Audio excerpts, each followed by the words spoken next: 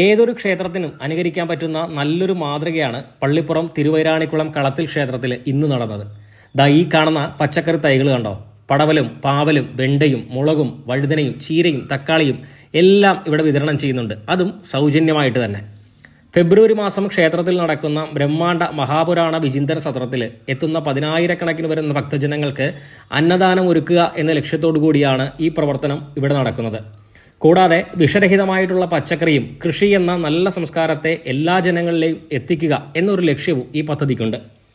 പച്ചക്കറി തൈകളുടെ വിതരണത്തിന്റെ 2ാം ഘട്ട ഉദ്ഘാടനത്തിന് ക്ഷേത്ര ഭരണസമിതിയുടെ ക്ഷണം സ്വീകരിച്ചാണ് ഇന്നിവിടെ എത്തിയത്. നമുക്ക് എല്ലാവർക്കും പകർത്താൻ പറ്റുന്ന മഹത്തായിട്ടുള്ള ഒരു മാതൃക തന്നെയാണ് ഈ ക്ഷേത്ര ഭരണസമിതി ഇവിടെ നടപ്പിലാക്കി വരുന്നത്.